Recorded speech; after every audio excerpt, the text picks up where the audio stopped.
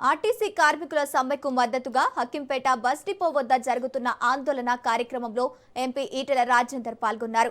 తెలంగాణ రాష్ట్రం ఏర్పాటుతో కీలక పాత్ర వహించిన ఆర్టీసీ కార్మికులు తమ ఉద్యోగాలను, జీతాలను పణంగా పెట్టి పోరాటం చేశారని గుర్తు చేశారు. గతంలో కేసీఆర్ సర్కారు కూడా ఆర్టీసీ కార్మికులను భయాందోళనకు గురి చేసిందన్నారు. ఆర్టీసీని బొందపెట్టే ప్రయత్నంలో ప్రభుత్వం ఉందని మండిపడ్డారు. వెంటనే ప్రభుత్వం స్పందించి ఆర్టీసీ కార్మికుల డిమాండ్లను నెరవేర్చాలని కోరారు.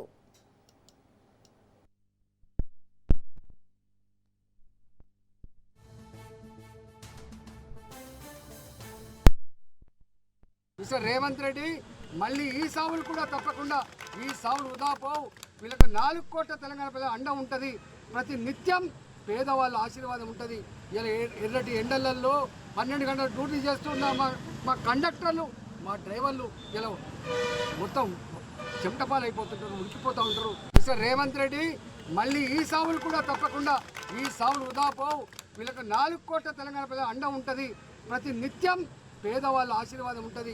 ఇలా ఎర్రటి ఎండలలో 12 గంటలు డ్యూటీ చేస్తున్న మా కండక్టర్లు, మా డ్రైవర్లు ఇలా మొత్తం చెమటపాలు అయిపోతుంటారు, ఉడికిపోతూ ఉంటారు. మిస్టర్ రేవంత్ రెడ్డి మళ్ళీ ఈ సావులు కూడా తప్పకుండా ఈ సావులు ఉదాపోవు.